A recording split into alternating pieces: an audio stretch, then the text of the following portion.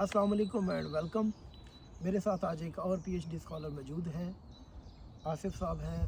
इनका तारुफ हम इनसे सुनते हैं। वालेकुम सलाम। जी सर। थैंक यू, आप मुझे इंटरव्यू के लिए ऑन बोर्ड कर रहे हैं, बहुत शुक्रिया इसके लिए। अच्छी आपकी काविश है, लोगों में जो सा वो अवेयरनेस आप दे रहे हैं कि किस तरह से पाकिस्तानी यंगस्टर जो हैं वो बाहर आके अच्छा रोज़गार भी बना सकते हैं, अच्छी तालीम भी हासिल कर सकते हैं। सर सबसे पहले आप मेरा अपने नाम बारे में आसिफ थोड़ा है सा बताइएगा। और मैंने मेटलर्जी एंड मटेरियल इंजीनियरिंग की है। मेरा बैकग्राउंड इंजीनियरिंग बैकग्राउंड है और यहाँ पर मैं पीएचडी स्टूडेंट हूँ और मैं मटेरियल इंजीनियरिंग कर रहा हूँ। सर आप यहाँ से पीएचडी से पहले पाकिस्तान में क्या कर रहे थे? मैं पाकिस्तान में जो सा वो कॉमर्स यूनिवर्सिटी में मैं जॉब कर रहा था as a lecturer. As a research associate. तो मेरा सारा जो रिसर्च मेरा एक्सपीरियंस जो सा वो रिसर्च बेस्ड ही है सर। ओके, और अब सर अगला सवाल ये है कि आपको यहाँ पे आए हुए कितना टाइम हुआ? मुझे तकरीबन 2.5 साल हो चुके हैं। मेरे बाद आए थे आप? हाँ, थोड़ा सा बाद 6 से 8 आपसे सवाल सर थोड़े से मुख्तलिफ हैं। जी जी। वो उनसे मास्टर के सवाल। बात ये है सर कि किस स्टूडेंट को आप समझते हैं और किस एज में बाहर आना चाहिए, और जो बेल्जियम आना चाह रहा है वो आप कौन कौन से स्टूडेंट्स किस किस कैटेगरी के हैं जिनको लाजमी आप प्रेफर करते हैं कि उनको आना चाहिए? खैर काफ़ी अच्छा क्वेश्चन है, ब्रॉड क्वेश्चन है आपका। एज के हवाले से ये है कि यहाँ पे जो सा वो आपको अच्छी अपॉर्चुनिटी मिलती है अगर आप 26 ईयर से लेस हैं तो मेरे ख्याल में तो मैं उससे भी जो लोअर एज ग्रुप है मैं उनको ज़्यादा रिकमेंड करूँगा, स्पेशली अगर कोई स्टूडेंट बैचलर का है और वो बाहर आना चाहता है और वो बाहर आ जाता है तो मेरे ख्याल में that is a perfect right as बिल्कुल बाहर आने के लिए। लेकिन इसमें दो एस्पेक्ट्स आते हैं ना। कुछ स्टूडेंट जो हैं वो फुली उस तरह से फाइनेंशियल्स अपने अफोर्ड नहीं कर सकते ना, तो कुछ जो से वो स्कॉलरशिप का वेट करते हैं, तो वो उस तरह से सेग्रीगेट होता है या ये डिवाइड होता है। एक बात यहाँ पे क्लियर करना ज़रूरी है, बैचलर डिग्री में बेल्जियम में मोस्टली यूनिवर्सिटी में मोर देन 90% केसेस में स्कॉलरशिप नहीं है। जिस स्टूडेंट ने बैचलर डिग्री पे आना है, बेल्जियम में आना है, तो उनके लिए स्कॉलरशिप अवेलेबल नहीं है। उन्होंने अपने फाइनेंसेस खुद मैनेज करने हैं, गो कि वो फीसेस बिल्कुल नॉमिनल सी हैं, इजीली मैनेजेबल है, लेकिन आना उन्होंने अपने बिहाफ पे है, सारा सेल्फ फाइनेंस पे आता है। मास्टर के काफ़ी सारे स्कॉलरशिप्स अवेलेबल हैं। उन स्कॉलरशिप्स की कैटेगरी पे 1 बाय 1 जो स्कॉलरशिप के यहाँ स्टूडेंट हैं हम उनसे बात करके और उनसे सारी तफसीलात लेंगे, लेकिन बैचलर पे बात कर रहे हैं तो बैचलर के लिए स्कॉलरशिप अवेलेबल नहीं है। और एक और चीज़, स्टूडेंट्स जिनकी एज 18 साल से कम है, अंडर 18 वाले हैं, मैं उनको रिकमेंड नहीं करूँगा कि जब तक उनकी एज 18 साल तक ना पहुँचे उनको नहीं आना चाहिए।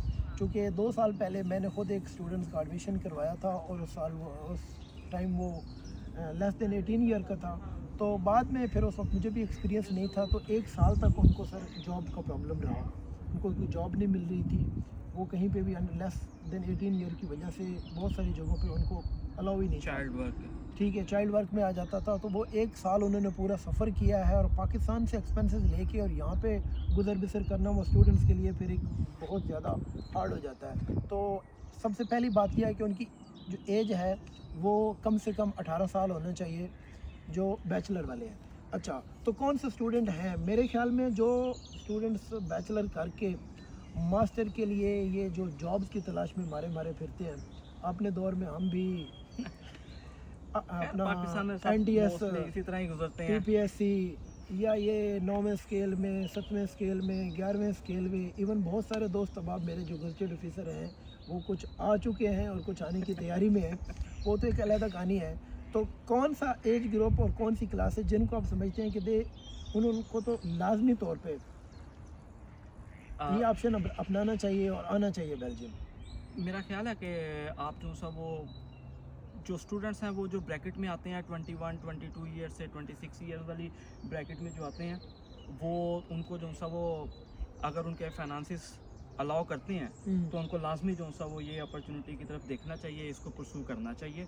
आप बाहर आ सकते हैं, आपके पास जो सा वो यहाँ पर आकर स्टडी की भी अपॉर्चुनिटीज़ अच्छी मिल जाती हैं, और प्लस आपको जो सा वो ज़ाहिर बात है आप पाकिस्तान से आ रहे हो, अपने एक्सपेंस पे अगर आ रहे हो तो फिर आपको थोड़ा फाइनेंस को भी अपने आप को स्ट्रॉन्ग करना पड़ता है, तो वो वाली अपॉर्चुनिटीज़ भी आपको एज ए स्टूडेंट जॉब जो सी वो अच्छी मिल जाती हैं यहाँ पे। और एक मास्टर का स्टूडेंट जो 25-26 साल की एज में यहाँ पे आ जाता है, वो एज़ कम्पेयर टू जो वहाँ पे एक MS पाकिस्तान में कर रहा है, डिग्री कर रहा है, 3-4 साल वो अपने पेरेंट्स के पैसे पे डिग्री करता है, जॉब्स कोई नहीं करता, बिल्कुल ऐसे जिस तरह हमने किया था, तो वो बेचारा कितना एक सफ़र करता है। और उसके मुकाबले में एक स्टूडेंट जो उसी एज में, जिस तरह वलीद भाई आ गए या उमर आ गया, या बाकी हमारे पास मज़र साहब हैं, साकिब आया हुआ है, अकील आया हुआ है, एहसन आया हुआ है, there are so many other students, Zeeshan साहब हैं, तो ये सारे जो आ गए हैं, अब इनको और उनमें आप कितने फ़र्क देखते हैं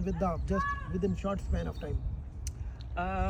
फ़र्क खैर हर बंदे के लिए जो सा वो सफरिंग जो सी वो डिपेंड करती है उसके पर्सनल सर्कमस्टांसिस के ऊपर, लेकिन ये है कि अगर आप बाहर यहाँ आकर मास्टर्स के स्टूडेंट को और वहाँ रह के मास्टर के स्टूडेंट को कंपेयर करते हैं, तो ऑफ कोर्स यहाँ वाला जो मास्टर का स्टूडेंट है उसके लिए अपॉर्चुनिटीज़ ज़्यादा खुल जाती हैं, और जो आउटर इन्वायरमेंट है या अब्रॉड पाकिस्तान जो है, पाकिस्तान से बाहर वो यूनिवर्सिटीज़ देखती हैं या इस चीज़ को जो सा वो कंसिडर किया जाता है, जिन्होंने बाहर से मास्टर्स किया हो उनको फर्दर एजुकेशन के लिए जो सा वो थोड़ी प्रेफरेंस मिल जाती है, थोड़ा एज मिल जाता है। तो पाकिस्तान को जो सा वो अभी उस तरह से रिसर्च फील्ड में इस्टेब्लिश कंसीडर नहीं किया जाता, अभी पाकिस्तान उस डायरेक्शन में चल रहा है लेकिन वो इस्टेब्लिश नहीं है उस डायरेक्शन में, तो लोग जो से हैं वो प्रेफर कर देते हैं किसी दूसरे कैंडिडेट को।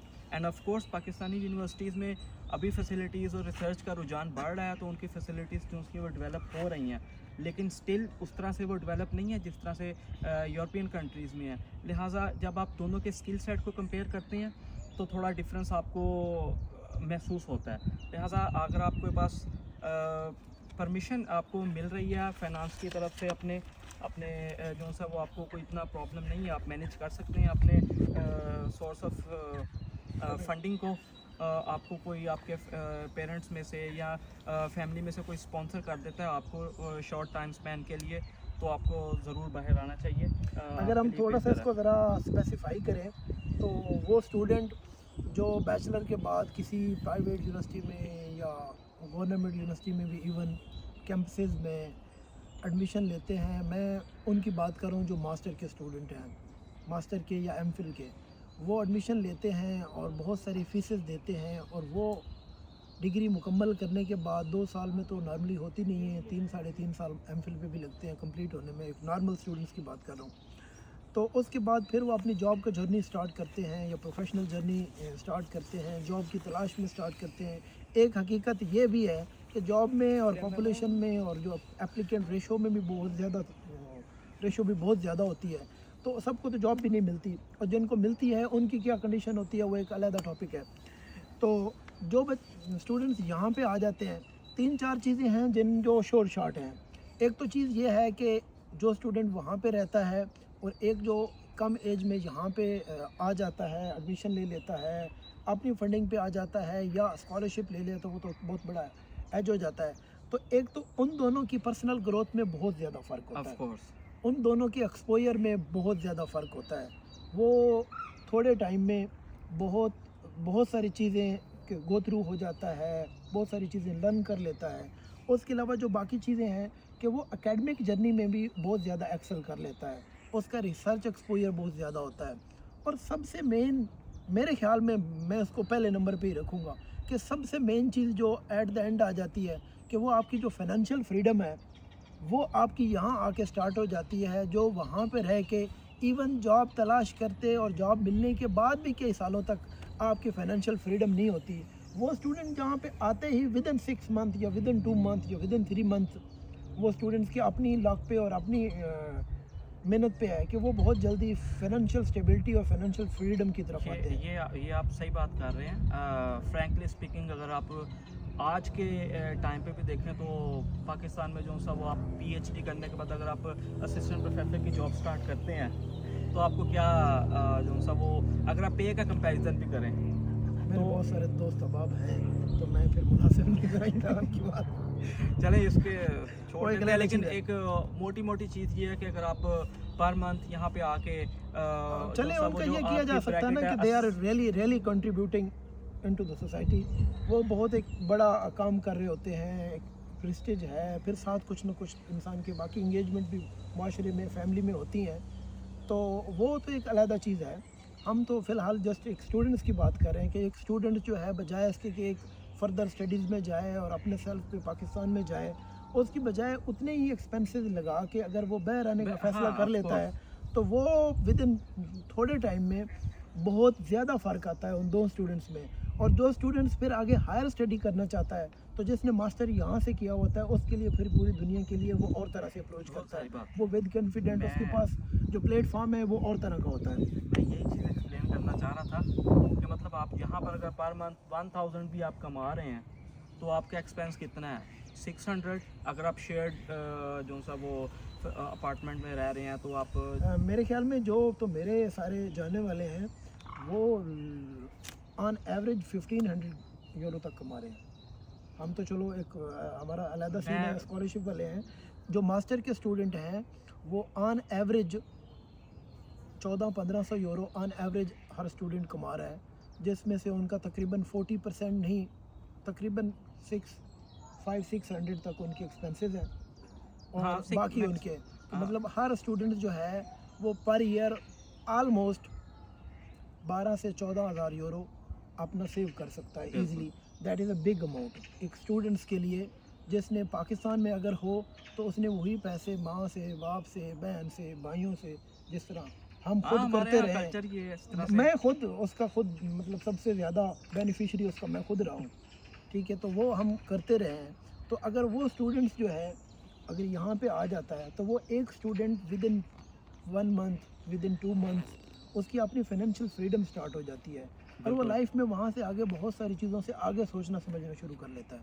تو میرے خیال میں وہ ان کو لازمی آنا چاہیے, بجائے اس کے کہ وہ اسٹوڈنٹس وہاں کی جاب کی تلاش میں پھرتے رہیں, پیرنٹس کے پہ ڈپینڈنٹ رہیں, تو بہت ساری چیزوں میں وشیس سرکل میں پھنسے رہیں.